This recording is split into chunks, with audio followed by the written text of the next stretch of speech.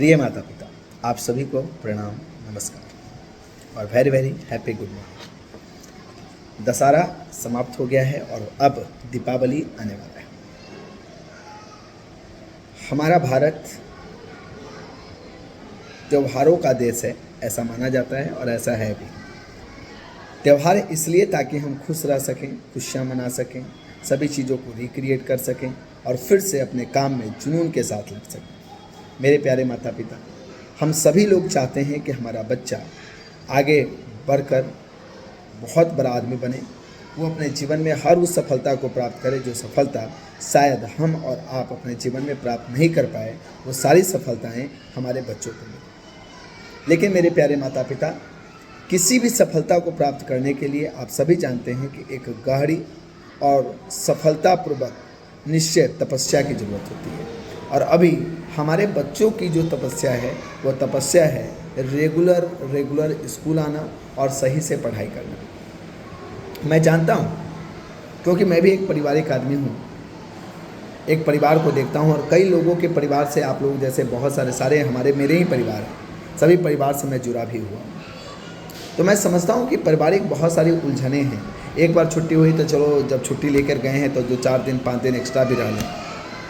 मैं समझता हूँ कि आपके साथ कभी कभी ऐसा भी समस्या होता है कि आप अपने परिवार के इकलौते ऐसे सदस्य हैं जो कमाते हैं और आपको अपने माता पिता को भी देखना है और अपने बच्चों को भी देखना है। और अगर आपके माता पिता को कुछ हो जाए तो आपको समझ भी नहीं आता है कि हम बच्चों को कहाँ रखें, कैसे हम अपने बच्चों के पढ़ाई को कंटिन्यू कराएं, कोई ऑप्शन नहीं नज़र आता है।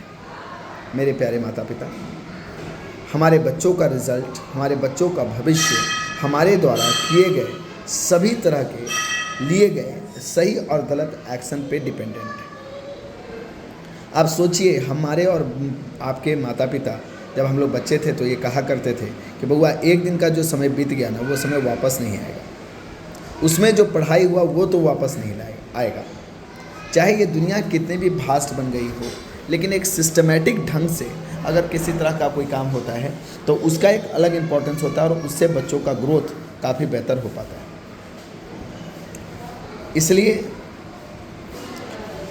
इसलिए ये बहुत ही ज़्यादा आवश्यक है, बहुत ज़्यादा इम्पोर्टेंट है, बहुत इम्पोर्टेंट है कि हमारे बच्चे स्कूल हर हाल में, हर काल में रेगुलर रहे। मैंने आपके कुछ परेशानियों को देखते हुए एक नया फैसिलिटीज़ स्कूल में इंक्लूड करने जा रहा हूँ। ध्यान से सुनिएगा, ये फैसिलिटी बहुत ज़्यादा इम्पोर्टेंट है। आपको अगर कहीं जाना होता है, कहीं बाहर जाना है, अपने माता पिता के सेवा में जाना है, शादी में जाना है, किसी के पार्टी में जाना है, और जिसके वजह से आपके बच्चों की पढ़ाई डिस्टर्ब होती है, इसलिए क्योंकि आपके बच्चों का कोई केयर टेकर नहीं है। इसीलिए स्कूल ने ये डिसीजन लिया है कि स्कूल एक केयर टेकर के रूप में आपके बच्चों के लिए काम करेगा। सपोज कीजिए कि आप 5 दिन के लिए कहीं जा रहे हैं और कोई उसको देख रेख करने वाला नहीं है, तो स्कूल कुछ बहुत ही कम रुपया लेगा। उसके लिए आकर ऑफिस में आपको बात करना होगा और उस बच्चे को आप स्कूल में छोड़ दीजिए और वो 5 दिनों तक के लिए बच्चे स्कूल में रहेंगे और फिर बच्चे जैसे ही आप आइए फिर बच्चों को लेकर चले जाइए। इससे क्या फ़ायदा होगा? इससे एक फ़ायदा होगा कि बच्चों का एक सही तरीक़ा से पालन पोषण हो पाएगा। दूसरा, उसका स्कूल किसी भी स्थिति में छूटेगा नहीं, और स्कूल में जब आप उसे देंगे तो स्कूल पूरी रिस्पॉन्सिबिलिटी के साथ उसे अपने पास रखेगा। आपका बच्चा हमारा बच्चा है। आपके लिए जितना इम्पोर्टेंट आपका एक बच्चा है, उससे भी कई गुना ज़्यादा इम्पोर्टेंट मेरे लिए भी वो आपका बच्चा है।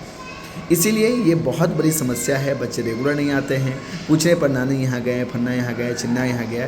तो ये कारण जो है इसका केयर टेकिंग का, इस प्रॉब्लम का एक सॉल्यूशन लेकर ज्ञानदीप आपके लिए आया है। मेरे प्यारे माता पिता, आपके बच्चे आगे बढ़ें, आपके बच्चों का भविष्य सुरक्षित हो, आपके बच्चे बहुत अच्छा स्कोर करें, इस पूरी दुनिया में अपना नाम कमाएं, यही तो आखिरकार उद्देश्य है आपका और हमारा।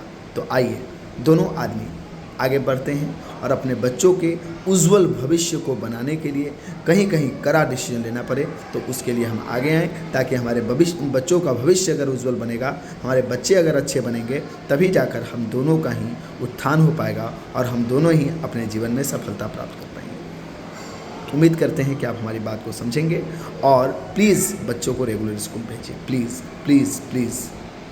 आज अगर बच्चे अभाव में जी लिए ना, तो आने वाले समय में याद रखिए उनका प्रभाव पूरी दुनिया में चलेगा। तो अभाव से आप घबराइए मत। अभाव में जी रहे हैं, अच्छी बात है, उनको अभाव से ही जीना सिखाइए, तभी उनका प्रभाव इस पूरे दुनिया पे छाएगा। अगर आज से ही उनको अभाव से मुक्त कर देंगे ना, तो मुझे लगता है कि शायद वो अपना प्रभाव इस दुनिया में नहीं छोड़ पाएंगे। इसलिए अभी बच्चे को बउआ नहीं, उस पर थोड़ा सा तंज कसने की ज़रूरत है। थैंक यू सो मच, और प्लीज़ डू इट। चलिए आइए मिलकर हम अपने बच्चों को एक बेहतर भविष्य दें और उन्हें उनका प्रभाव से इस पूरे दुनिया को चेंज करने जैसा बनाएं। धन्यवाद। Have a nice day.